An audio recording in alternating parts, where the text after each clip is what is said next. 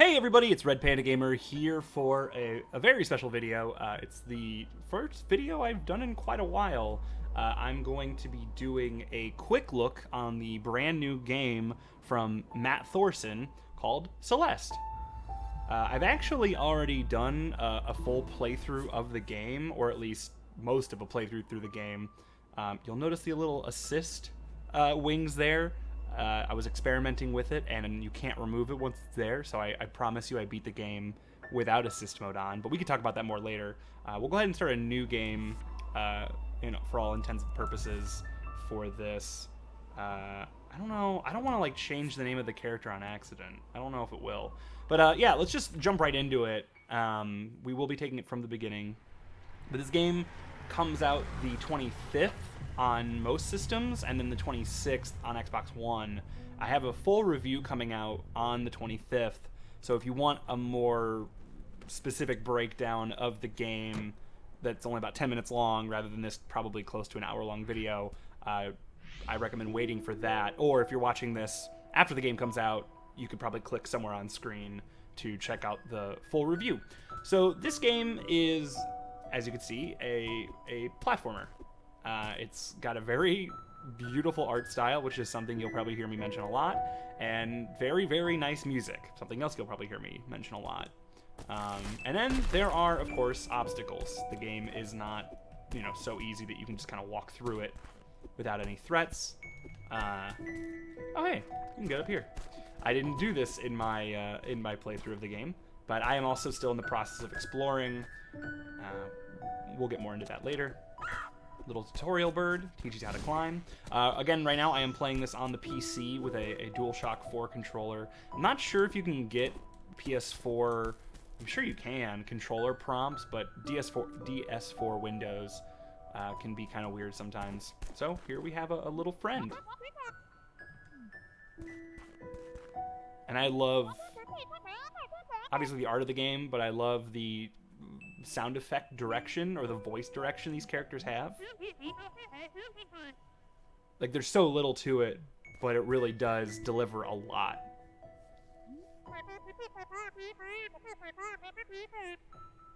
I nearly died. It wasn't nearly, I was totally fine. And now she's just laughing at us. It's a good point. If you die to that, this game is probably not for you. Yeah, see, the tone of the voice and, like, the way the text, like, animates gives you so much voice for this character. It's kind of amazing.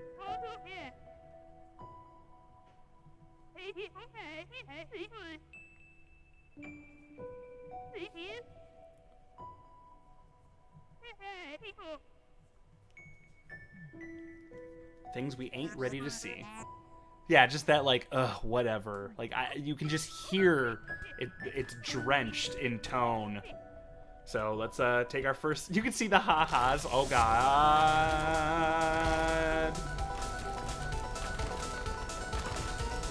Oh. But obviously, don't worry. That's not the end of our journey. Our little tutorial bird is gonna tell us how to dash. Which, honestly, when I first did that sequence, I was like, my heart was pounding for no real reason. Like, obviously, you're not going to die. It was just very surprising. You could do this.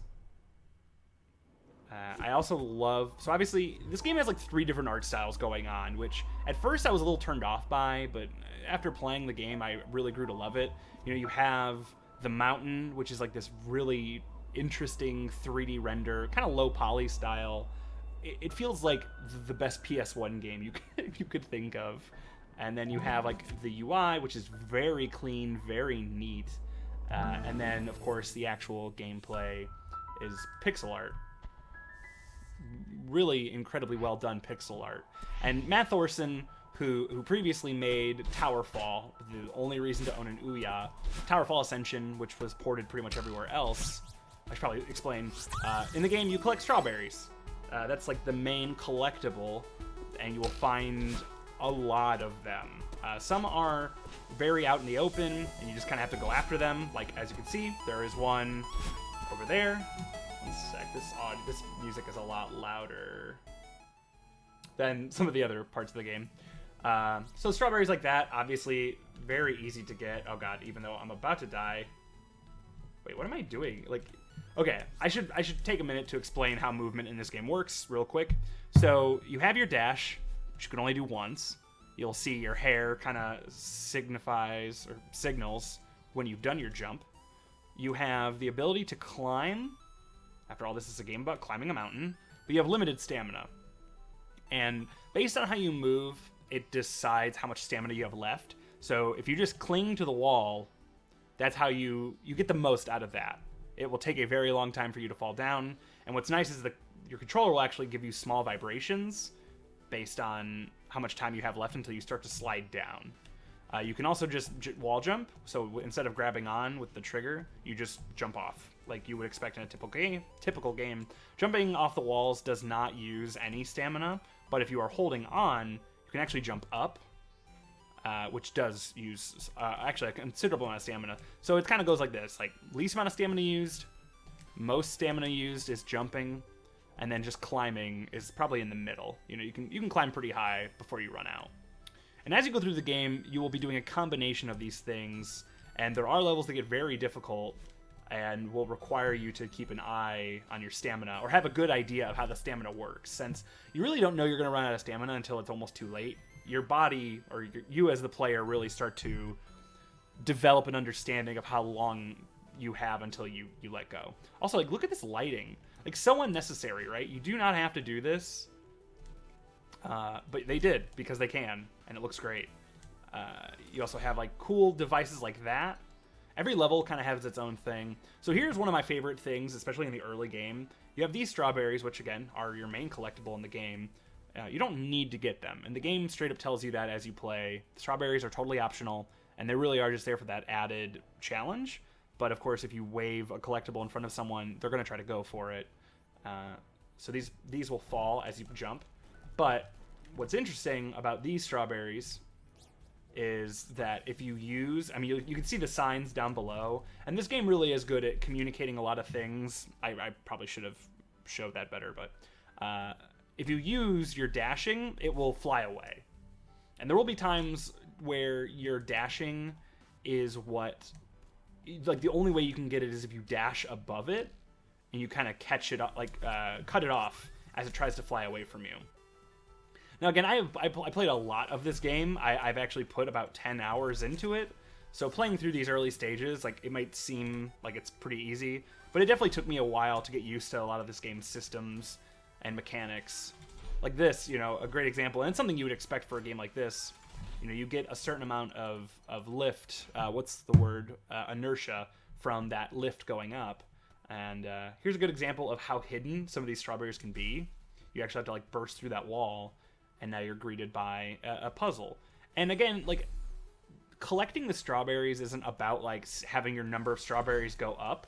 While, I mean, that is a big part of it, and it does feel very good to reach certain thresholds or complete a level, like, by getting all its collectibles. What you do get are more levels, basically. You get to play more of the game if you try to find the strawberries, because these are just stages that you would never access if you weren't trying to collect strawberries. So we'll get to what that is in a minute. And you do end up with these situations of branching paths, and the game isn't, I mean, it's not a Metroidvania by any stretch. Like, there are elements of it, I guess, but you are progressing, like, level to level. And I kind of wish it was easier to go back, especially, you know, if you want to, if you're like, oh, I think I missed something, I want to go back. But once you hit certain areas, you can't go back. It's all about forward progression, but there are a couple moments where you have branching paths, and usually they just lead to a strawberry. So these little glowing diamonds, I guess, or I guess they're still squares just on their side, when you hit them, you get your dash back, and it will come back. So that becomes a pretty big part of the game, is, you know, basically bouncing from shard to shard, or whatever you want to call it, in order to get to wherever you're trying to go. You also have these springs, which will also, you know, anytime you hit the ground, you get your jump back and your stamina back. And these springs pretty much count as hitting the ground. But you also get lift, so they're very, very helpful. And as you play the game, you will come across levels where you are bouncing all over the place. So there's another strawberry. And again, totally optional, but if I didn't go that way, I wouldn't have gone through that puzzle, and that's a big part of the fun. So here we have another NPC. Oh there, fellow traveler. I feel bad reading it because the sound effect direction, or the voice, the similes, or whatever you want to call it, kind of reminds me of Animal Crossing a bit. Their language is so expressive that I feel bad, like, reading. Killer night for a hike. I guess so.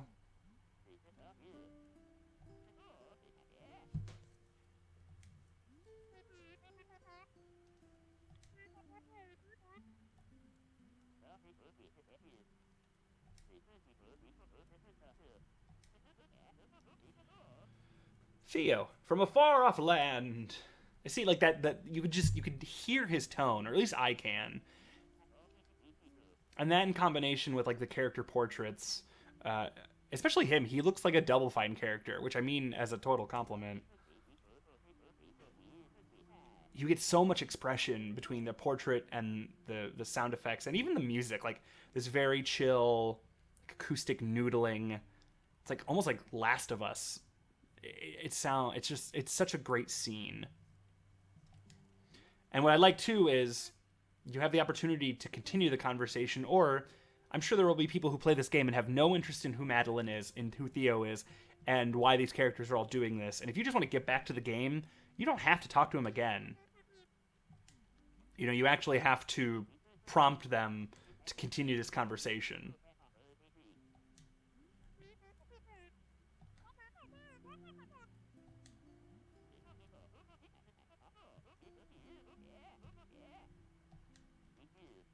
See, like, I feel like that joke works so well, even though they technically have no real voice. And, like, this moment between these two people in a strange environment, it feels very real to me.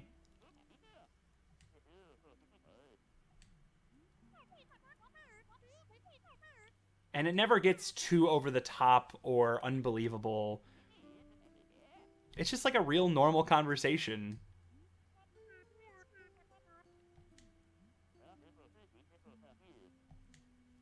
So there is a lot more to the conversation, but personally for me, like, I got a lot out of those conversation scenes, and I would prefer to let people who play the game kind of experience for themselves. And I'll, in my review, I will talk a lot more about the character dialogue and the story that exists, and why it really does make this game a lot better than it probably has any right to be, at least writing-wise. And if you played TowerFall, like, TowerFall is a pretty simple game. I mean, not simple, but in the fact that, like, you see it and you kind of know what it is.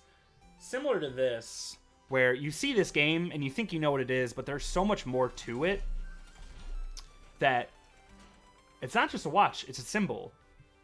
Which, I don't know if that's supposed to be, like, not subtext, but, like, a hidden, like, you see that and you're like, oh, are they referring to the actual arrow? Like, that's something you shouldn't just ignore. So again, we're going to go through this obstacle right here. But in reality, all we're getting out of this is a strawberry. I believe, unless there's more to it. Yeah, all we're going to get out of this is a strawberry. Which... and some environmental storytelling, I feel like. But we would never have... and I'm sure this does something, and I personally, in my own playthrough, have not been able to figure it out, so... it's kind of like Fez in that way, which I feel bad. Like, in writing this review, I'm trying so hard not to compare this game to other games, because it just comes off as reductive.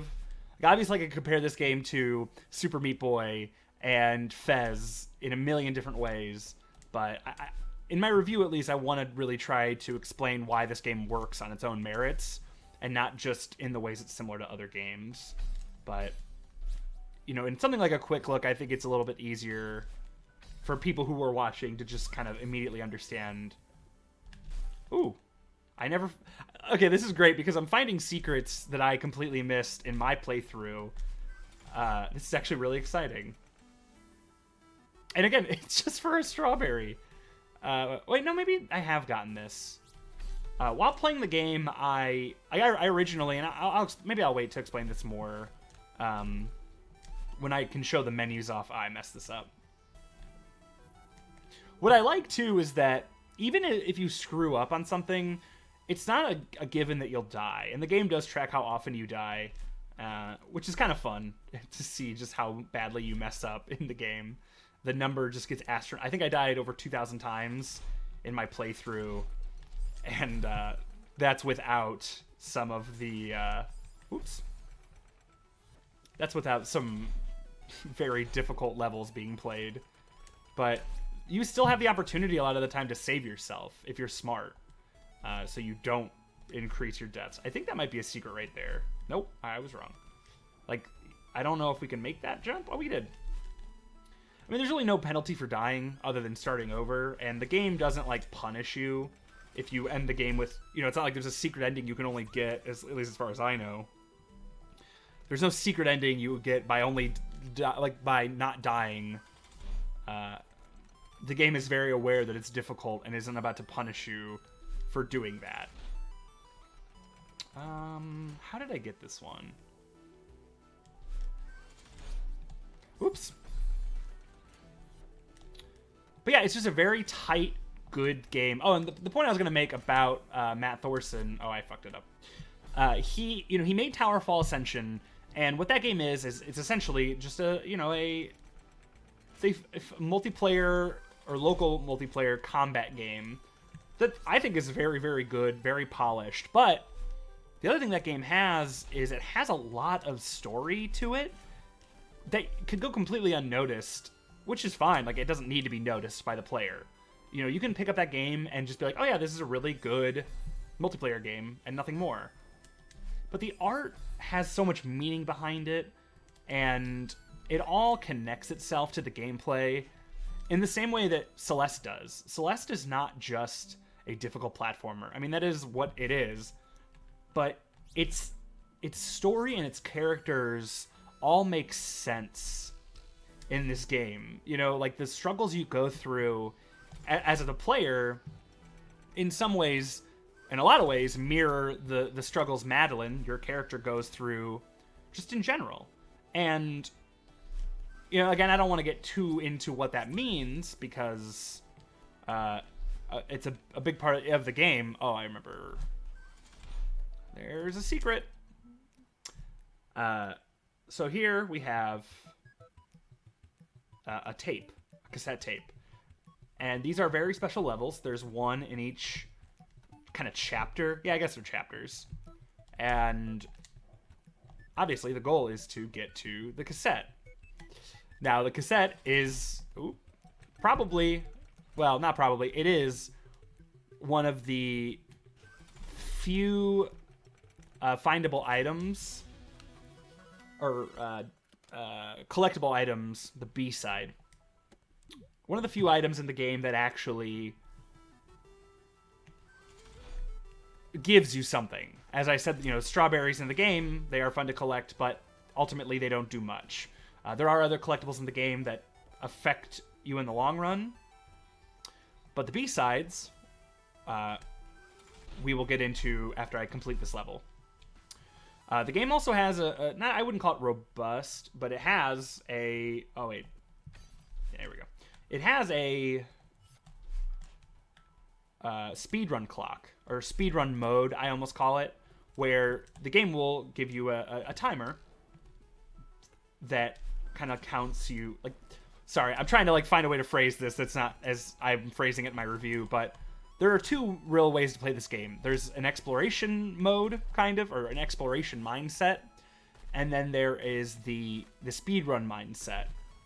The exploration mindset is all about finding the strawberries and the B-sides and all of that stuff. Whereas the speedrun, you can just focus on getting through the levels as fast as possible. And I'm taking my time through this, but in my first attempt at speedrunning this chapter, I beat the level in 2 minutes. You know, just to give you an idea of how fast you can get going. A memorial dedicated to those who perished on the climb.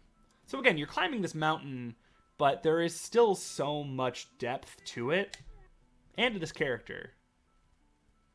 And Matt Thorson and his team of collaborators, they did not have to make a game that had like a storied environment or an interesting set of characters, they could have just made a really solid platformer. And that would have been fine. And that's all I really expected it to be. But because of everything else, because of the environments, because of the depth given to the characters, like moments like this are like, they touch me in a way that I never really thought I would be by this game. I was just excited to play a challenging platformer.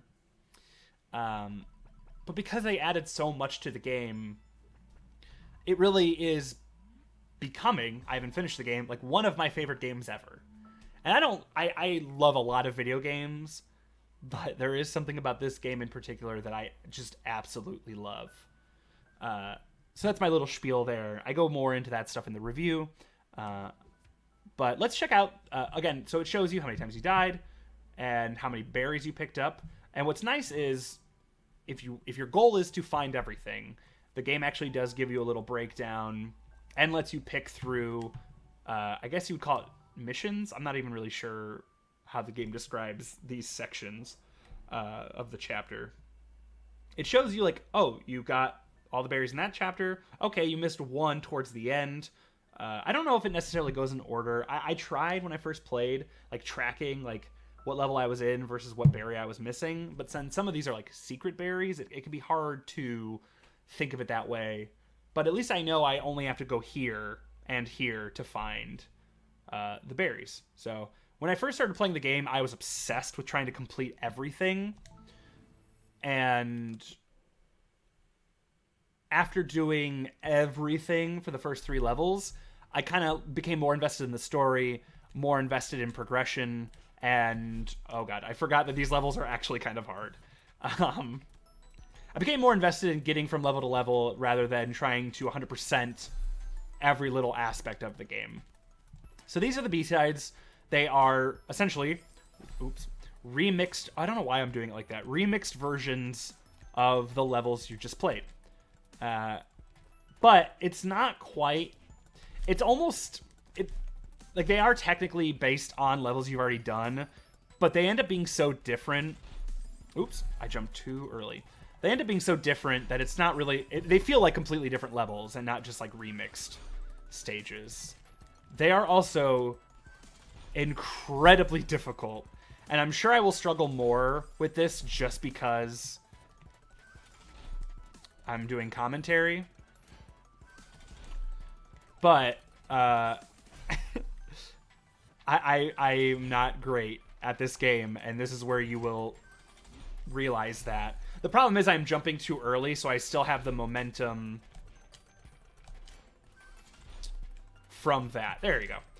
But also, like I said, you will have to monitor your stamina, and that's especially true in these levels, where if you grab onto something for like a second too long, you won't beat the level. You know, and if you use your grab, or if you use your dash at the wrong time, you just won't be able to get through the stage. And again, I am doing terribly right now. Oh, there we go. I don't think that's how the game expects you to do that, but that's how I did it. And so I'll be quiet. I'm not going to go through all the B-side levels because it would just make this take forever. I just kind of wanted to do enough to where you understand... I messed that up. To where you understand kind of what you get into. I messed that up. Okay. So again, you have to kind of count your dash. So you have one dash. When do you use it? Right here. But I messed it up. So the idea is to dash to the other side of... There we go. Nope, maybe I'm wrong. Okay. The other thing I like about this game, and more specifically these very, very challenging levels, is I never feel like I don't know... Like, as challenging as it can be... Hold on, let me focus on actually doing this. There we go. As challenging as these levels can be, I never feel like I don't know what to do. And I do feel like that sometimes with challenging platformer games where I will just throw myself at it for hours and feel like I'm nowhere close to getting it right. Whoops. So even then, like, there was a little bit of that there where I was like, I'm not really sure where to jump. But as soon as I see... gotta get on the other side of that. And again, I've played a lot of this game, so I kind of have a better idea of how it wants me to solve these. Because essentially in a game like this, it's just a puzzle game. Shit. Again, I am not good at this game. And it's all about knowing when to hold on and when to just let it slide. Otherwise, you might not make it. Oop, I fucked up. It's okay. See, like I said, even though I made a mistake, well, I made another mistake. But even though I made that mistake, I still had an opportunity to get through that level. Ugh. All right.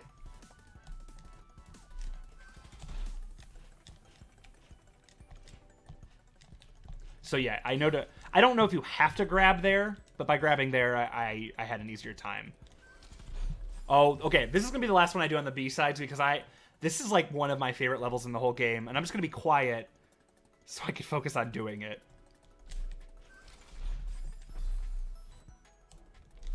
Oops. And that's more a user error than anything.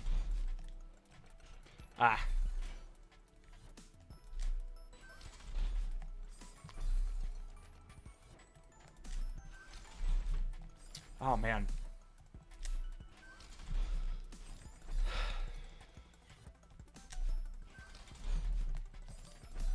Oh, right. I remember. Okay. It's funny. I'm learning the same lessons I learned like the first time I did this. Not fast enough.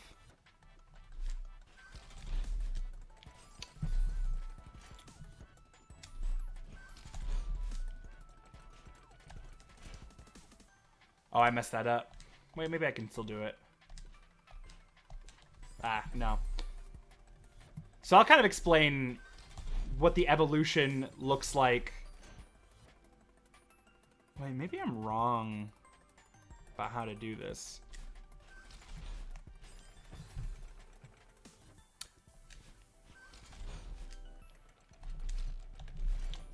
Yeah, maybe I'm...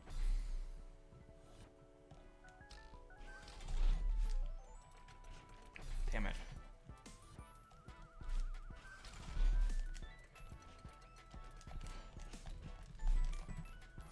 Okay, so the evolution of how I discover how to do this level, right?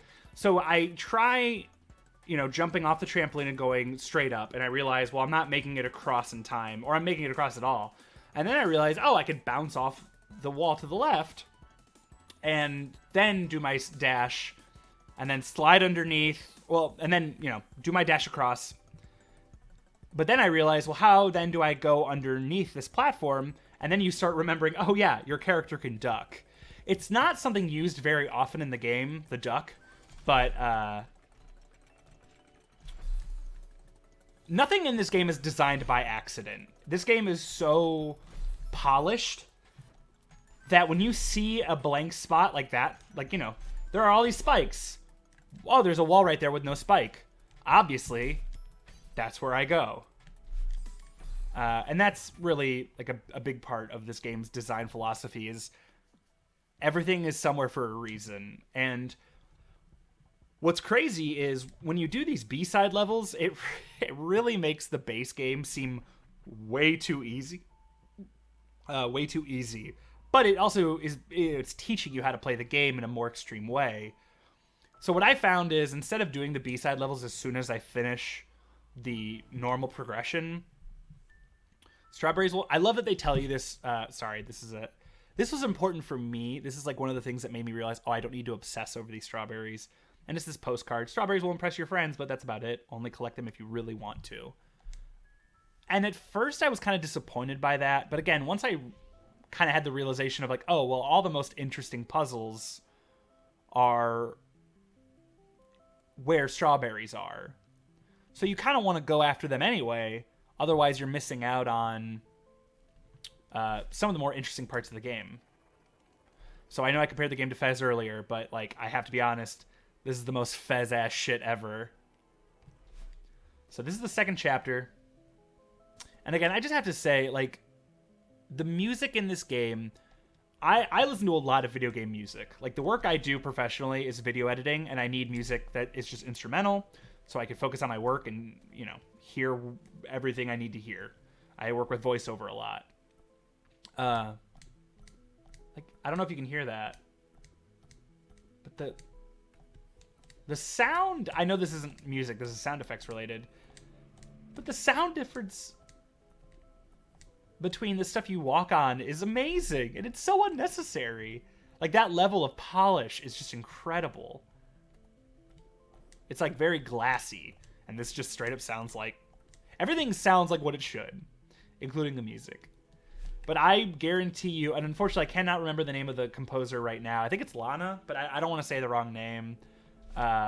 She did an incredible job, and I will absolutely be buying the soundtrack as soon as I can. Because this is something I will listen to constantly. I also love these little viewfinders. Oh, there's a mirror there. What could that be? And you also notice, like, the layout of these levels is very different. The levels are much longer, much bigger, a lot more space to move around.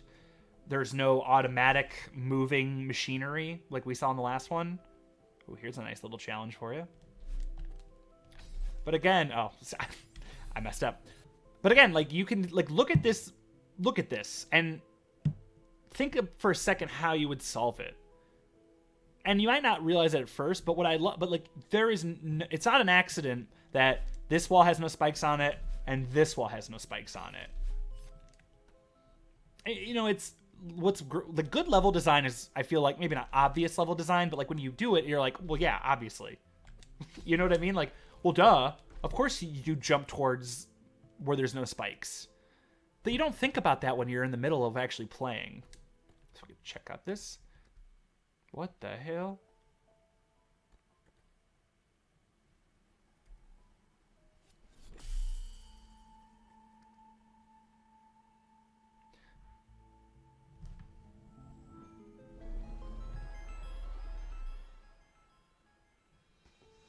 So again, this music, man, I still get chills every time that music kicks in. So now we have a new mechanic for this stage. We can go in between these blocks. You basically act as a speeding bullet. You cannot change your direction in the middle of being in there. And if you run into a wall, you die.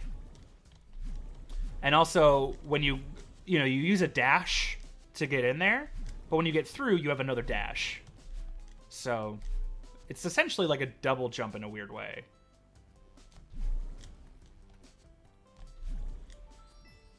These are also some of the most fun secrets in the game because I feel like they're a little easier to find in some ways because you really start to develop a mindset of where Matt Thorson and his crew hid stuff. Like, when you first play through the game, you might not even think to look up there, but you start to realize, like, anytime there's a strange gap somewhere, it's probably because there's something there. Again, nothing is designed on accident. Something else I love about this game, and that's a good example, the strawberries, again, usually the source of the most interesting puzzles. That puzzle I just did, collecting all three things, like floating, like if I would have hit the ground, which I should have shown, I would have had to start over. You have to do it all in one go. That's the only time a puzzle like that, at least as far as I know, I have not 100% completed the game. I think I have all but like 50 of the strawberries. Oh, something else I should have mentioned about the B-sides. The B-sides have no strawberries. So you really do just focus on completing the level, the very difficult level, and you don't have to worry about finding a collectible, which I really appreciate. So many puzzle ideas are just used once. Like that idea of collecting all those things in one jump. You never have to do that again. All right, here's our other B-side.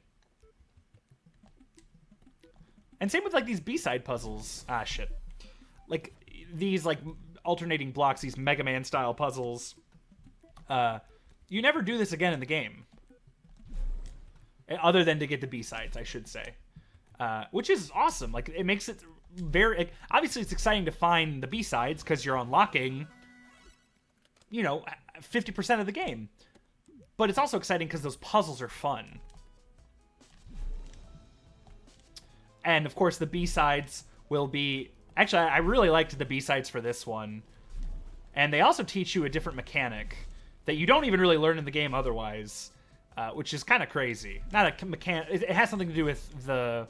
It still has to do with these things, but it's a way that you use them that you wouldn't really know unless you discovered it by accident, which is cool. Makes the B-sides very interesting. So again, you really do get a wide breadth of very different levels in this game. And, you know, again, like this flying through space like this, it's not something you do again in the game. It's a mechanic specifically set for this chapter. You know, it's not overdone. Oh, the music changed. I know... God, I forget how this... I'm trying not to show too many secrets because it's one of the best parts of the game. I can't remember... But, like, honestly, like, sometimes I can't even remember how they work. I won't worry about it for now.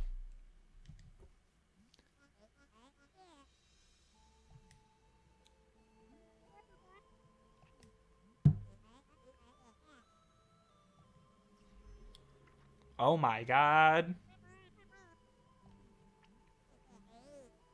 Part of you.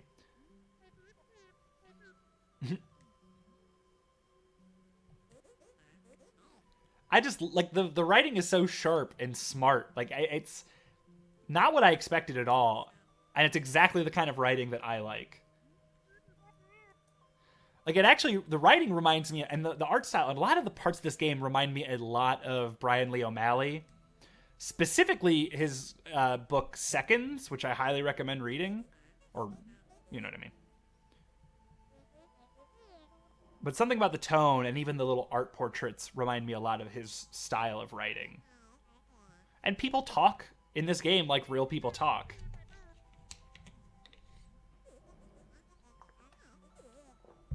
But these interactions between your character and part of your character are really where a lot of the conflict comes from.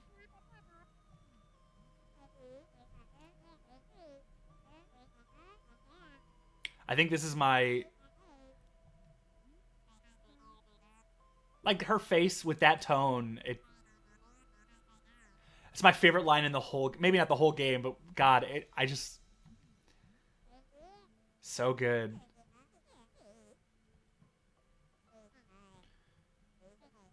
And also the little touches about how her hair falls over the frame. So this is... Every level kind of has, with the exception of, I guess, the first level, you know, two or three parts to it, or 3 parts to it. And sometimes one of the parts has a very different aspect to it that still plays with the main gimmick of, like, flying through these, like, spaces. But now I'm being chased. And if she touches you, you die. Or start over.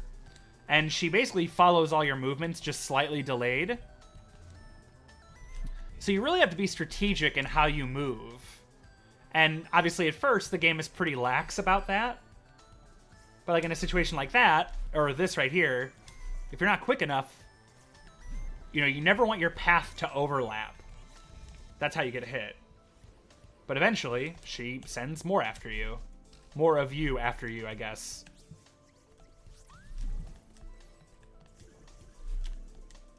And they copy your every move, so if you, like, want to stall them for a sec, you can just do something like that. But, again, in reality, it's not going to stall them that much. There was a strawberry there, but, again, I'm not going to worry too much about it. And see, that's a great example of how you can get yourself messed up. Oops.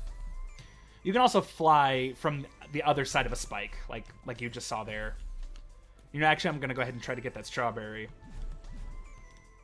Oop. Or I'm just going to die again. And there's really no pressure to get the strawberry. If you don't get it now, you can just come back and do it later. Oop. But they're all going to follow you, so if you're not quick, they're going to get you. Whoops. Well, that worked. So there you go. You just got to be strategic. You really got to think about your moves and be cautious. I remember when I first played this, it was before I played any B-sides, so I didn't feel as confident with the controls. This was such a stressful part of the game for me because I didn't feel confident with the controls yet. And this is the first time in the game where you really have to move quickly. And actually one of the very few times in the game you have to move quickly. For the most part, For the most part, this game really does have a pretty slow pace to it. Like, it allows you to be slow. You can go as fast as you want, but this is one of the few times in the game where you are forced to be in a hurry. And it's fun. Like, it causes you to think on your feet. And what's nice is... Oops. There aren't many strawberries to find in this portion of the level. Like, there are some, but they're not as hidden. I mean, obviously you have ones like that, but... It's something that you see and you're like, oh man, I should try to get that. And then you almost end up dying. You know, you very rarely make it through a new area the first try. So just because you don't get it the first time... Whoop. So again, we're kind of like looping here. You know, you got to be smart about how you move in relation to how they move.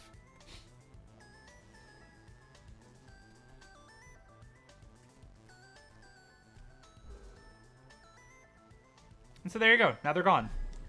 And you can kind of go back to focusing on yourself. You know, have a breather.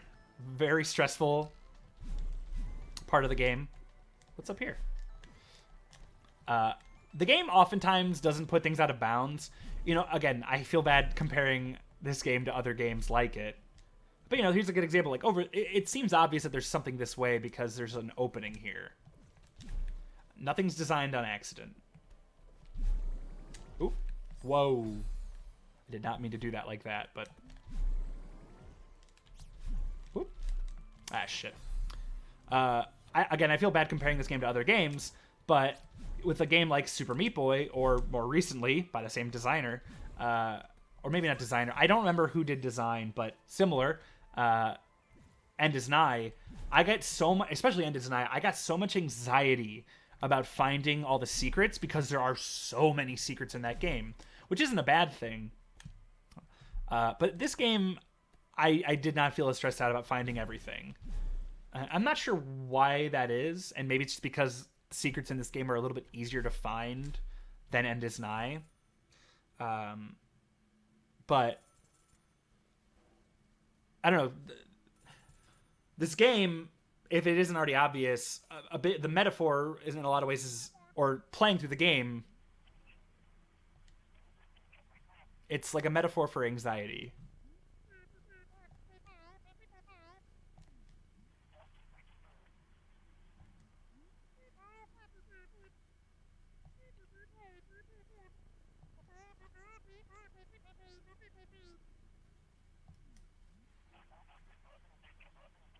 See, they're like, you're only call me when you're panicking in the middle of the night.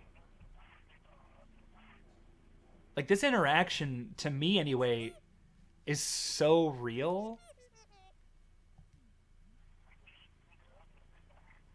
Being told to calm down when you're having a panic attack.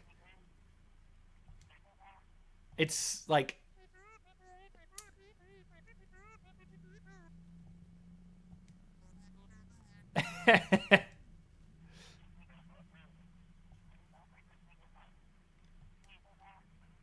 Dang.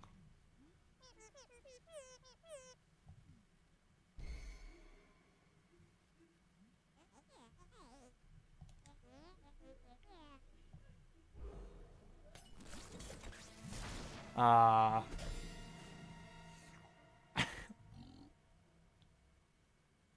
feel bad.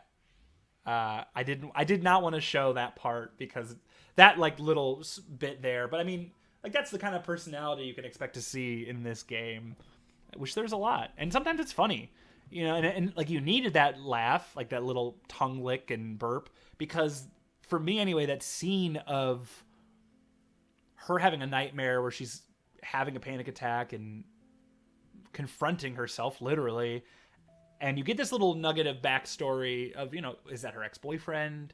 Is that an abusive ex-boyfriend? Like there's so many things behind it that never get fully explored, but you still feel it. And then you have this laugh, you know, that kind of gets you continuing. But really, like this game, it just has so much personality and is so well designed, and like every part of it makes sense, you know, in a way that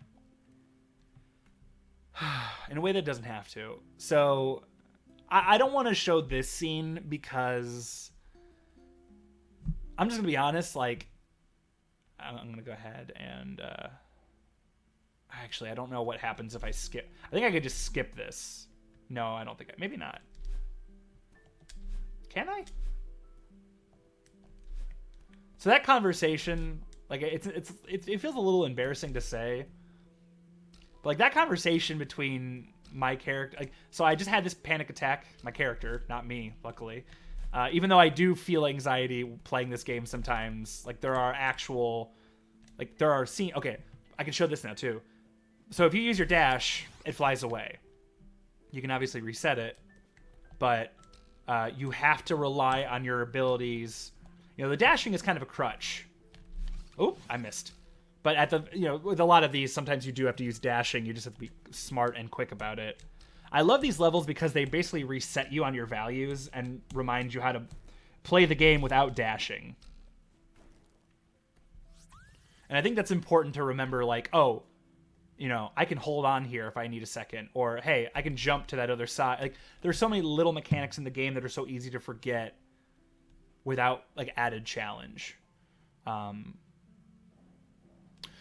But there's a scene in the game where your character has a panic attack, and it was written so well, and like everything about it was so accurate to how it feels to have a panic attack. And like these pixelated characters and all of that, like I really did feel it. And also this moment, which is a sweet moment. I think you're calling your mom.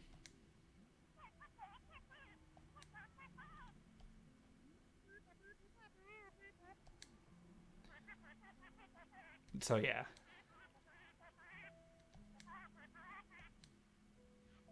Like that is such a small moment. But like I even now, like in this moment, and I've already played through this game and I know how everything goes, I feel that so much.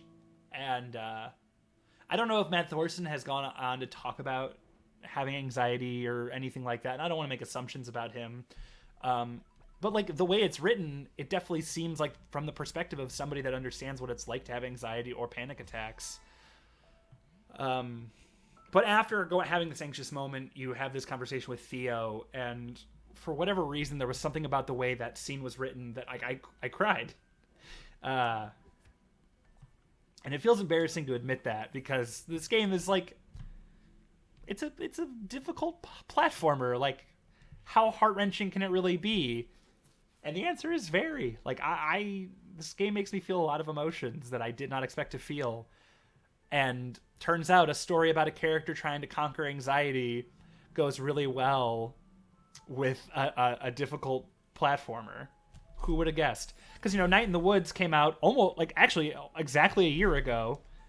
And that was one of, as far as I know, not the first, but one of the best games to tackle depression or, a myriad of things.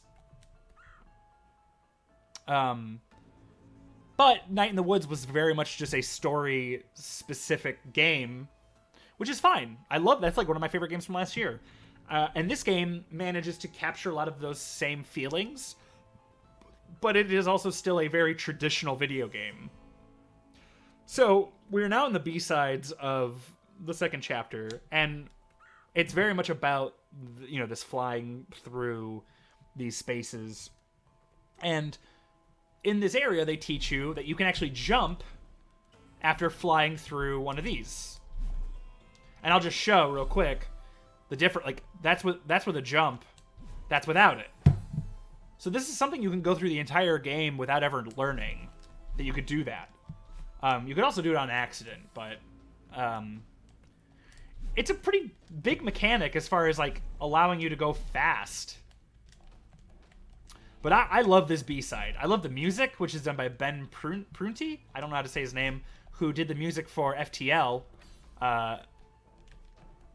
Oh, I'm going to mess this one up, I think. Oop, yep. This is like my favorite B-side out of all of them. And I played most of them, not completed all of them, but and again, this is one where you have to learn the difference between, you know, grabbing the wall and just wall jumping, because if you grab each wall as you go through this area, you won't make it to the end. And it also requires you to have some confidence, which is very important in this game, especially going through these levels. So now you get to this portion, and it's a lot harder because now, you know, a lot of the paths,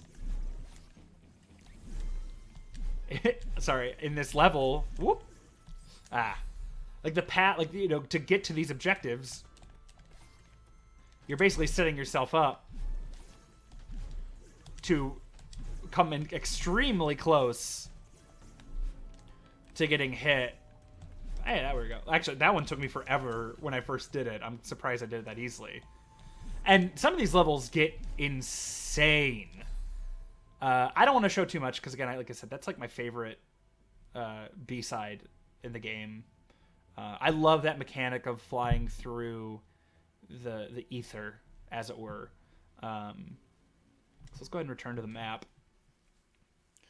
And again, you can be as granular as you want in this game. You can go back through and see, like, oh, you know, where did I miss the most berries? And in this situation, you know, you'd start from the beginning and just kind of go through the level again. You can be as granular as you want.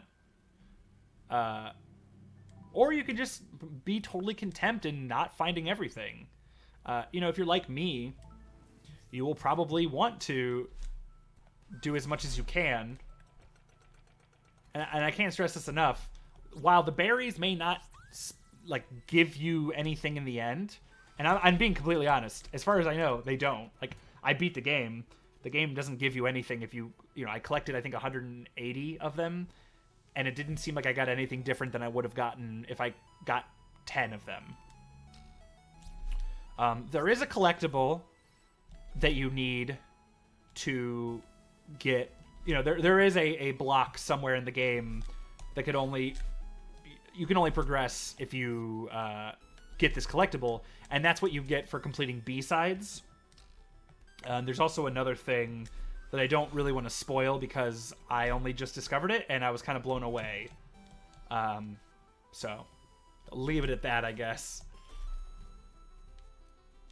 But again, you start to, like, learn where the game likes to hide stuff, because you play the game enough and you just kind of figure it out. Like, nothing is anywhere on accident. There is no reason for that falling block to be there, so of course it's hiding something.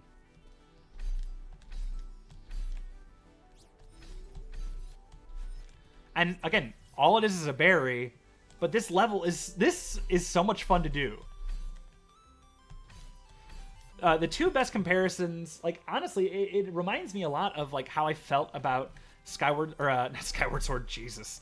Breath of the Wild and Mario Odyssey, where you don't need to go to every shrine, you don't need to find every moon, but by trying to find them, you're just playing the game more, which is the whole reason you're playing it in the first place, is to do stuff. So I don't think I didn't get all of those. I think I only got 3 there. So I think I'm one. I think actually maybe I got them all in that spot. It'll also give you your time, but again, I only did the middle chapter on, so I'm still missing one. And actually, let's go ahead and I'll go ahead and show you. So you have your journal that will keep track of everything you've done, every time you've died. It also keeps a global stats. And actually, I don't want to mention what Pico is, but some of you might know what that is anyway. Crystal hearts are the collectibles you get from doing the B-sides. It'll also track all your deaths or your fewest. So it'll track your runs with the fewest deaths and also your speed runs. So let's actually go ahead and I'll do a speed run real quick. And I'm no speed runner. I feel like I can make that clear. But just to give you an idea of how quickly you can play the game. And let's go ahead and you can actually, so here's all your options too. You can turn on the speedrun clock, which is convenient to have. But I love how clean the game is. There's really no UI until it needs to actually tell you something. But it is also nice to have that clock there if you really want to monitor how quickly you're moving. But yeah, there's two ways to play the game. You can either play it incredibly quick or incredibly oh god, I messed that up. You can be explorer. You can explore as much as you want or as little as you want. Of course, that's one of my biggest problems with trying to speedrun this game is I end up in the areas you would usually go to for exploration on accident or for additional berries. And again, I'm not a speedrunner. I'm sure there are plenty of tactics I could take right now to go much faster. But I also haven't spent much time trying to play this game quickly. I've more spent time trying to play the game to find everything, because that's definitely more of my play style. I'm also just generally not doing very well right now. There's a lot of thought and care put into the design of this this ancient city. I love the advertisements. A lot of world building. Oh, actually, I think this is a secret. Yeah. And the speedrun mode also, oh god. The timer does stop when you die. That respawn does take a little while. But theoretically, if you're trying to speedrun this game, you could probably get through it without dying, so. And even speedrunning, you do learn a lot about the game by trying to play it quickly. Well, there you go. There are built-in skips to certain areas where you can shut off a lot of time that you might not even notice if you weren't trying to speedrun the game. This isn't great. Well, it's not terrible. My current record is 208, so. But yeah, it's fun to speedrun.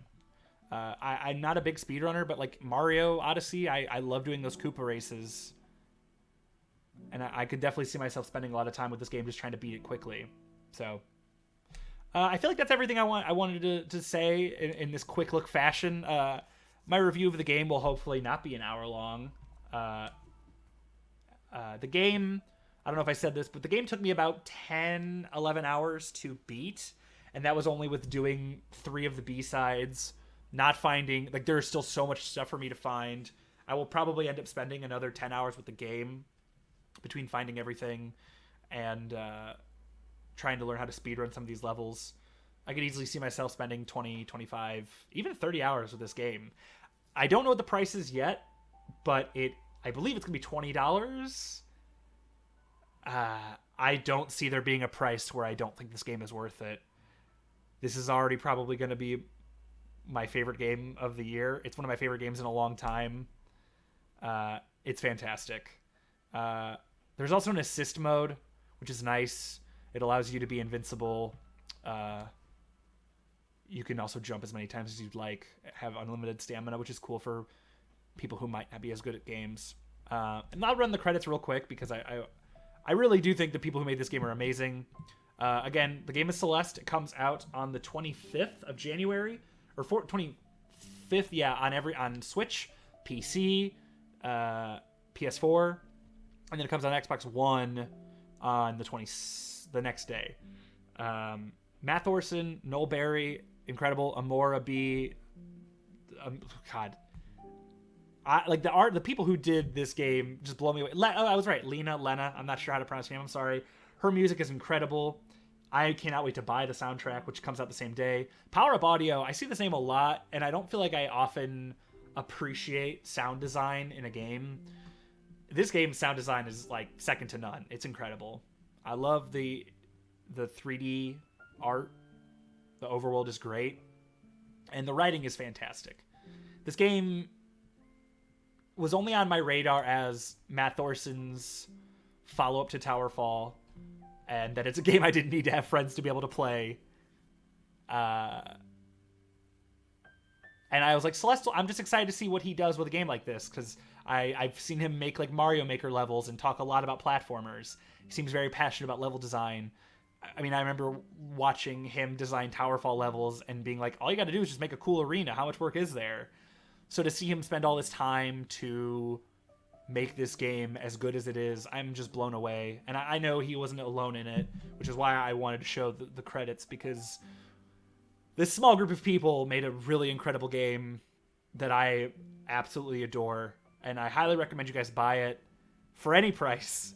And yeah, be on the lookout for my review for a more specific talk about the things I like about this game. And even a couple of things I'm not crazy about. There are a few things here and there. But yeah, Celeste is great. Who would have guessed that the guy that made Towerfall could make another very, very good game? So, like I said, check it out. Comes out on the 25th. Yeah, don't sleep on this one, guys. It's a banger. Thanks for watching, everybody. Be sure to like the video. Comment down below your thoughts on the game. If you're going to pick it up. If you played Towerfall, what you thought of it. And if there's any games you want me to take a look at, new or old, please let me know in the comments. I'll be down there to respond to any questions too. So, thanks for watching, everybody. Bye.